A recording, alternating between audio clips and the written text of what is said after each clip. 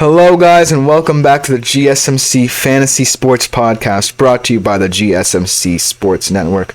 And right now we have a very interesting segment for you guys. Today we are going to be looking at the ACC. Wait, sorry about that guys. 1 second.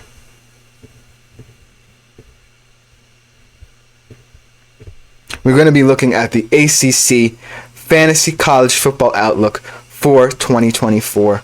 The start of the college football season is really coming around the corner quite quickly. Obviously, there's a lot of interesting stuff going on in the NCAA right now, but let's put all of that to rest and let's look at a very exciting conference in the ACC. Specifically, 3 teams with very exciting players and very exciting prospects. 2, I would say, of the favorites to win the ACC this year, and one interesting underdog who I don't think people would have expected me to mention in terms of both fantasy and outlook for how the ACC will play out. So let's start with that one interesting team. How about the Virginia Tech Hokies?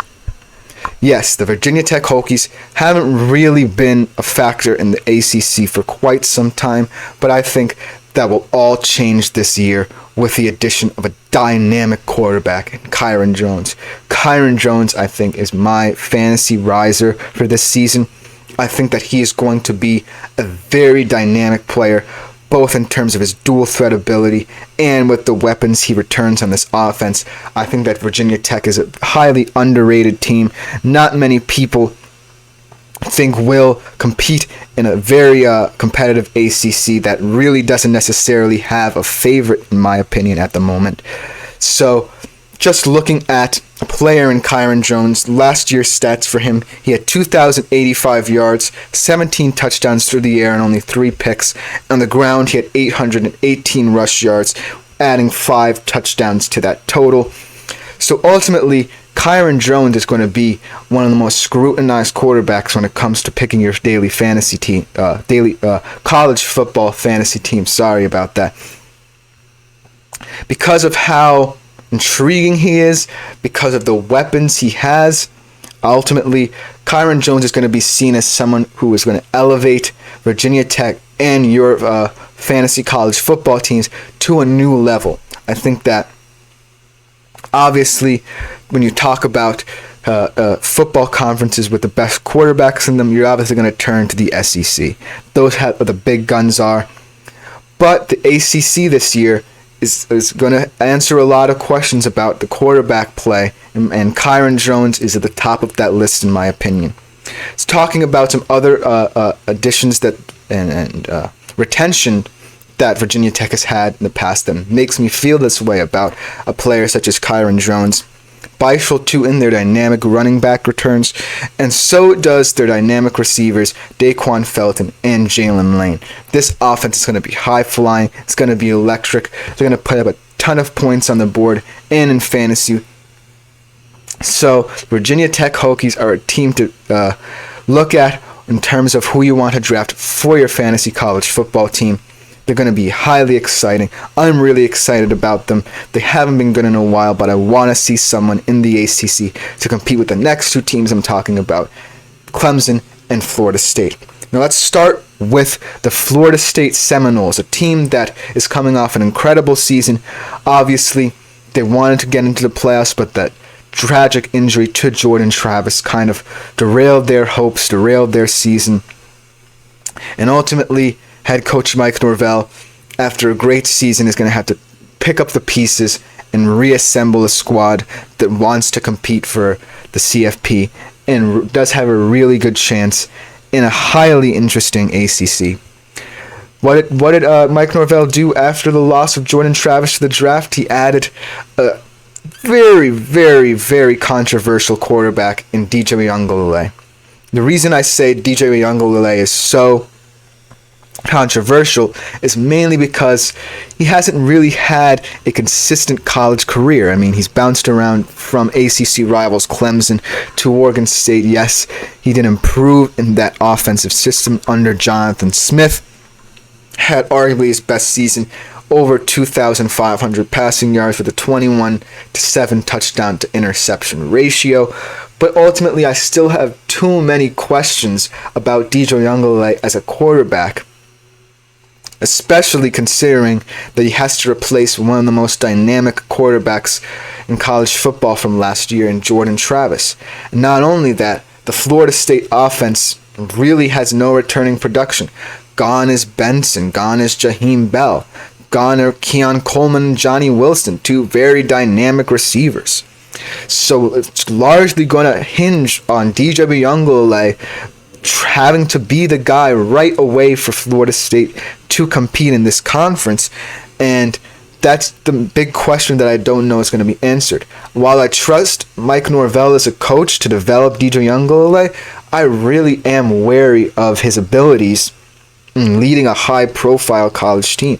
I think that Oregon State, in my opinion, was the best place for him, and it really showed in his development. But right now, I still think there's going to be a regression to the mean for DJ this year, because I don't see him leading this team and being the elevated presence that they need. A player I'm not worried about is Lawrence Toafili, a very physical running back who I highly recommend for your fantasy college football team. The way he was able to balance out Trey Benson last year, being another physical presence, had a great ACC championship game when that offense was struggling, carrying the load. I think that Lawrence Toafili is one of the most underrated running backs and fantasy players in the country for this season. But that is all on Florida State for you. Another team that is highly enigmatic for this year in the ACC, but is still considered a heavy favorite due to the ACC's weaknesses, is Clemson. Clemson, in my opinion, has even bigger questions than Florida State at the moment. While Florida State has DJ Uiagalelei, who is a huge presence and a huge name in college football, we still don't know about Cade Klubnik, the starting quarterback for Clemson. Is Cade Klubnik going to be the guy going forward for Clemson? Obviously, he had struggles in the spring game this year, only 13 for 26 for $185 passing. But ultimately, he does still have a weapon in the backfield in Phil Maffa, who's going to be a very incredible running back, right up there with Toafili in the ACC. 1 and 1A, in my opinion, in terms of running backs. But ultimately, what Clemson is going to come down to is how Cade Klubnik adapts to Dabo Swinney's culture. Dabo Swinney is all about winning, and he hasn't won as much as he wanted to because of the quarterback play, because of the weakness in that offensive attack that starts with a guy like Cade Klubnik. Cade Klubnik is heavily expected to take the reins right away from Trevor Lawrence, and he just hasn't lived up to the hype.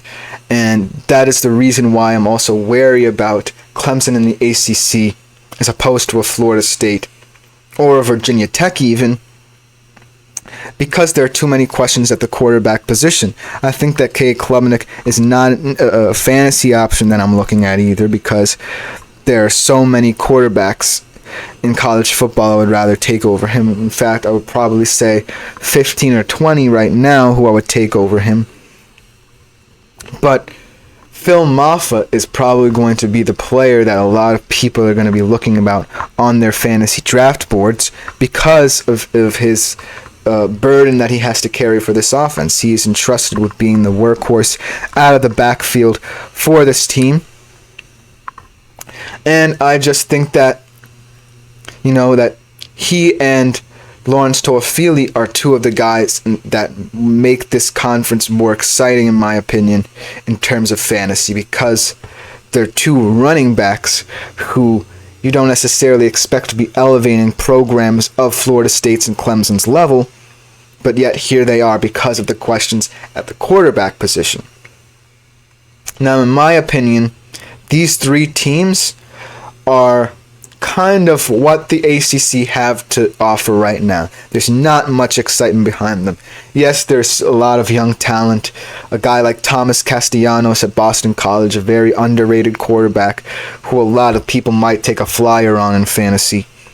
Obviously, you have Wake Forest, who's tried to combat Florida State and Clemson, but have failed. But ultimately, these three teams are the barometer for what I think of the ACC. Obviously, the ACC is in transition, so the well for talented players right now is kind of running dry, in my opinion.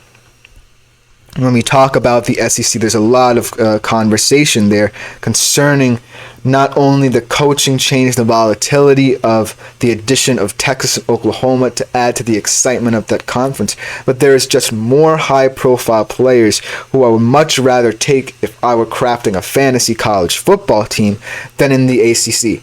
Not to say that I don't think that guys like Younglele and Klubnik can elevate their game and become at least a QB 5 to 10 in terms of fantasy. I just think that right now, that's what the ACC is looking at. They don't have much excitement to offer in terms of fantasy, but one player that I'm really high on right now is Kyron Drones, and he could change that whole debate in just one instance. But that should just about do it for this segment. Coming up, my last segment, we're going to be looking at another position group on ESPN's fantasy projections, the running backs. So we will be right back to talk about that, my last segment of today's show.